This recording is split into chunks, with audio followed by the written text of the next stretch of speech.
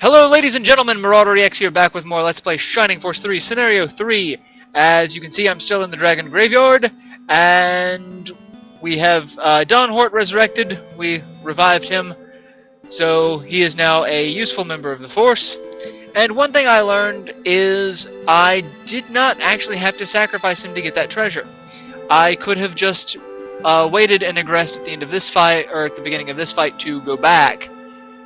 And because if you egress here, you have to go back through the previous battlefield to get here, instead of it just automatically taking you to this battle like it tends to do. And that's what I was expecting, given how this game is more like Shining Force 1, where it's set up in chapters, where you can't, it's not open-ended. And it can't be open-ended with as many sync points as there has to be for this game, which really is its only flaw to me, is the fact that it is not open-ended like Shining Force 2. Shining Force 2, you can go anywhere and do anything at any time. Granted, there's not really a lot of side quests. If there were more, that would have been awesome. And there's only a handful of optional fights. So, it's not...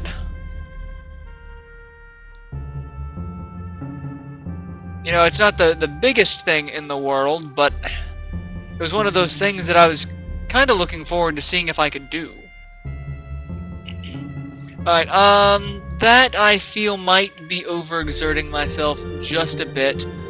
We will wait for that flying fish to come over, because I know it will.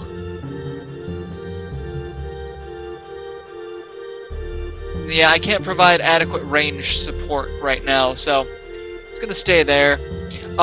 Rolly! Rolly's two spells we've already talked about. Antidote and Charm. Remember how much fun we had with Charm in Scenario 2? Yeah, we're gonna have just as much fun here in Scenario 3. And it begins! I kinda want to do this fight over and over again, just to level up, because I feel under-leveled, I really do. I'm not, I'm at about the level I need to be, but I just feel like I could be considerably higher. And that's mostly because I started at a lower level. Everyone in the Force started off a little low. Alright, and this time we actually have offensive spell for her. It's only Tornado level 1, but hey, it's better than nothing.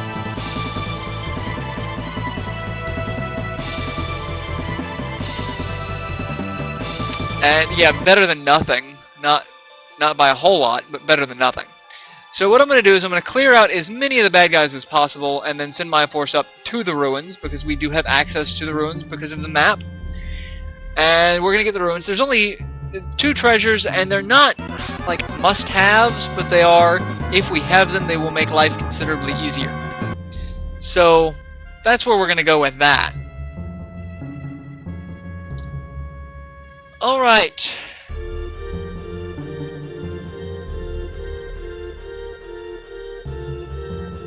Yeah, we're going to do that and hit both of those. Mostly because Bridget has just, all she's been doing is drain. Not that it's been, you know, unuseful, because it's been very useful. And Bridget now levels up to 10 and learns the attack spell.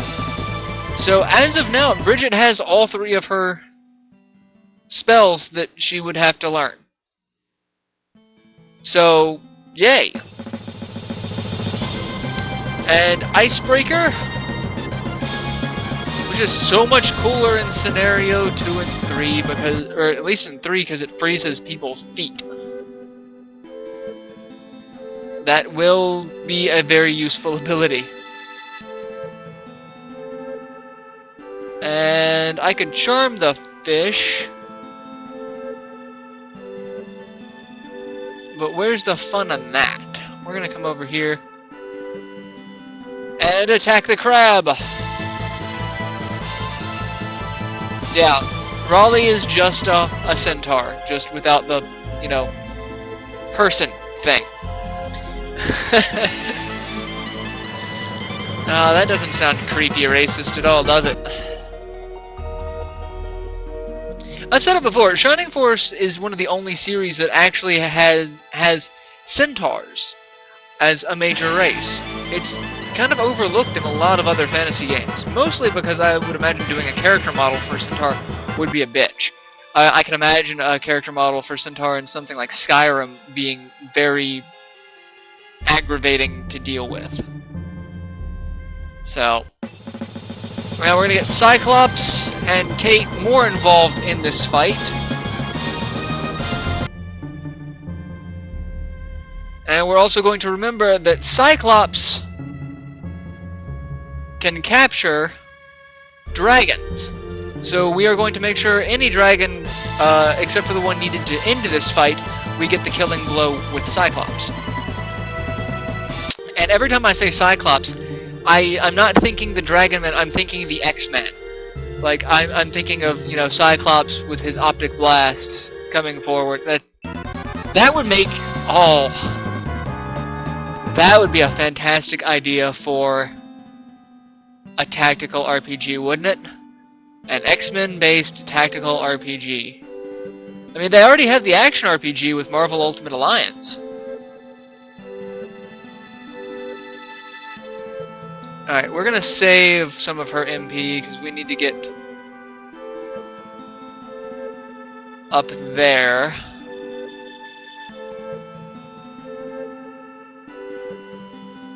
Bring Julian over, and Julian can get a Spark 1. It doesn't matter, I'm not going to be aggressing. We have a couple of pieces of large mithril. I bring that up because the first blacksmith of the game will be in the next town. So, just as an FYI, if you want to focus on mithril weapons, I mean, we only have a couple of pieces, so it's not... It's really not like we're going to be able to make weapons for everybody. But it's there. Pay it mind. This scenario, however, the big thing that we are going to be focusing on is Orichalcum. And it's a mouthful to say, in the least bit, but it is... Green Dragon defeated. Let's see what happens. And drops a healing drop, so hey, free healing drop.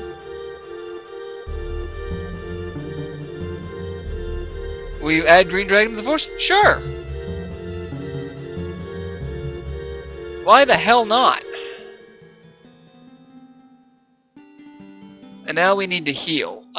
Anyway, as I was saying, Orichalcum is a step above Mithril, and a step above Dark Matter, and it does not have the pesky downside of being cursed, like a Dark Matter weapon. So, we're going to be focusing on getting a lot of that, and it is much more expensive to produce Orichalcum weapons, and there is really a kind of an unlimited supply of Orichalcum depending on how many times you want to go through the Heroes Test. So, what I'm going to be doing in this scenario, since I've already got to go through the Heroes Test 3 times to get everyone's best weapon for the heroes, I'm planning on going through... I'm going to be going through the Heroes Test an ungodly number of times. And here's the white dragon that we needed to deal with, and like I said, to deal with him, we have to have Cyclops talk to him, but that will end the fight. So we don't want to kill him, and we don't want to engage him, and we want to hope he stays over there.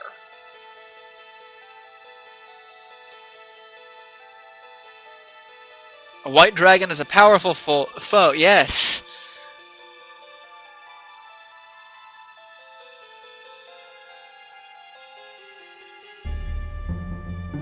Alright, so white dragon is the boss, and that is 1000. 60 HP, attack of 61, defense of 35, agility of 17, luck of 9.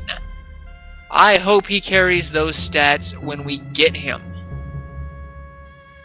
And he's flying with a movement range of 6, yes. sir. Alright, we're gonna move everyone back over here because, like I said, I'm gonna focus on the ruins more than anything else before we go after 1,000. I was about to say I may have just smacked myself upside the head by doing that. Alright, 1,000's gonna stay there, thankfully, at least for now, which will let us go over and deal with the ruin. But as I was saying, Orichalcum. So I'm gonna be going through the ruin, the hero chest a lot, just for the Orichalcum. That way I have Orichalcum weapons for everyone who is not a hero class, and who does not get great weapons based off of drops. Now, there's a lot of debate over weapons, especially in Scenario 3, it seems, because certain weapons add different properties. I've been told that the Dragon Lance adds a attack bonus to a specific type of creature. I don't remember which one. Which makes it, in theory, better than Gugnir, which is what I fought to get in Scenario 2 for Campbell. But then also, like, for characters like Dontaries, who I'm not using the spear, I've got to get a halberd that's going to do wonders for him, which is going to be an Orichalcum weapon. So I'm going to have to figure out who all is going to be used in what battles, where, toward the end of the game. Find out whose weapons will actually need to be Orichalcum, and whose weapons will be able to be found and acquired that are not makeable, I guess is what I'm... The ones that you can't make out of either Mithril, Orichalcum, or Dark Matter. Is what I'm trying to say and just failing miserably at it. Alright, we kill the ghoul. And now I send pretty much everyone into the ruin. Everyone who can go in.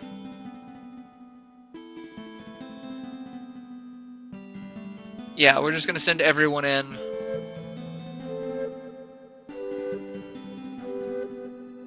I'm gonna leave the healer out with Julian, because Julian can handle this on his own, but because there's 3 bad guys, or is it 3 bad guys? I think there's a Bloodborne over there too. I know there's 2 ghouls, and yeah, 3 bad guys that are coming over to play with Julian, and I'm just like, no, we're gonna have a healer. The thief enters the ruins.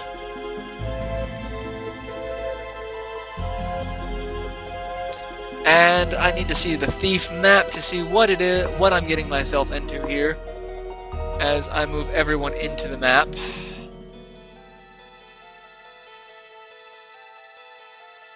Everyone, go in. So I could leave Cyclops. I was actually planning on leaving Cyclops, but 1,000's not moving, so I'm not worried about it. I'm, however, just going to stay there and keep the path blocked. The dragons don't seem to... Ooh, hoo, hoo, what are you doing, you little bastard?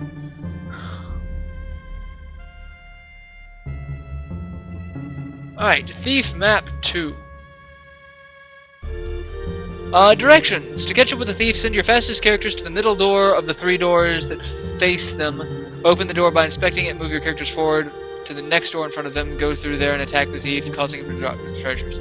Alright, so there's only 2 treasures, and so we need to go through the middle door, I hear is what it is. There's 1 treasure, and there's the second, and that's the exit. So what is...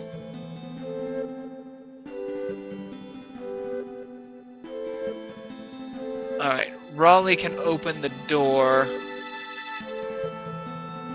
And sadly, I'm looking like things are gonna get a little rough here. What are we at time-wise? We're 15 minutes. We might be able to do the ruins in 5 minutes.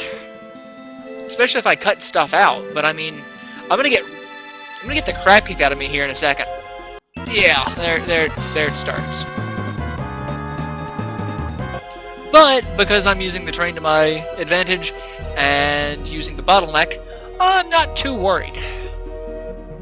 But I can guarantee you, I'm probably gonna get hosed just a little bit.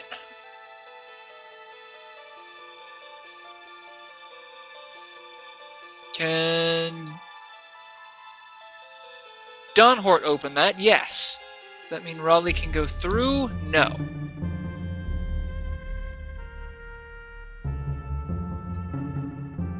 Right. I really did not need to send everyone in. Especially since I'm probably going to be stuck. But I'll open doors, why not? It's just doors. Alright, Julian, the hero. Smacks a dragon for almost half his health.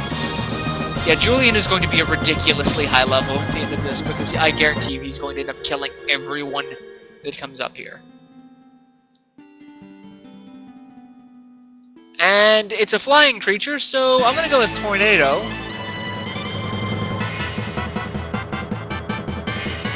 And still only 12 damage.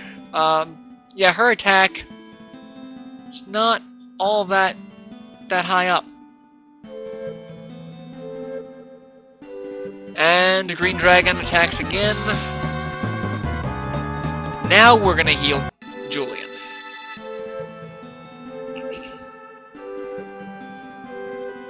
But at least my healer will get some XP out of this. Alright. He's got that door.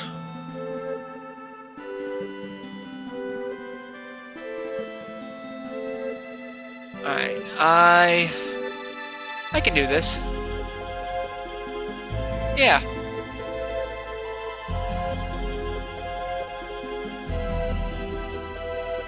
Because I'll send Gracia and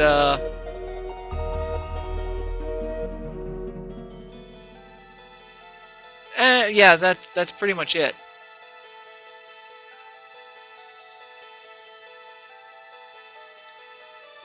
And yeah, I'm just gonna have her stay there because I can attack through the wall.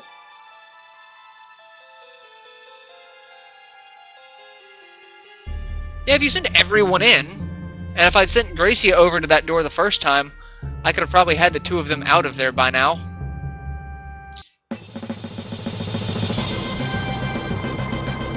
And dead.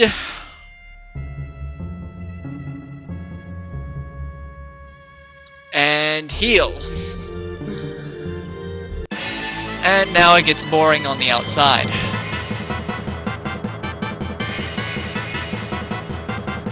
And level 9 for Isabella, which is good, because she's kind of behind. And she recovers 2 HP, because she has the life ring. I forgot about that. Yeah, I'm pretty sure I talked about it. I rearranged items on everyone, make sure everyone who can use items have them. I also lost 500 gold thinking that my unicorn. I was like, Centaur, no, not right. My Centaur could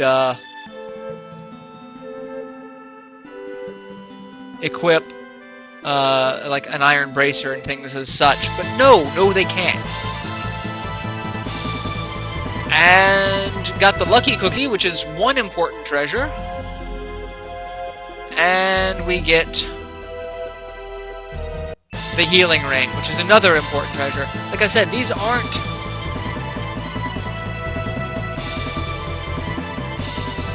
required, they're just useful. And now I can have Kate finish him off and maybe level up.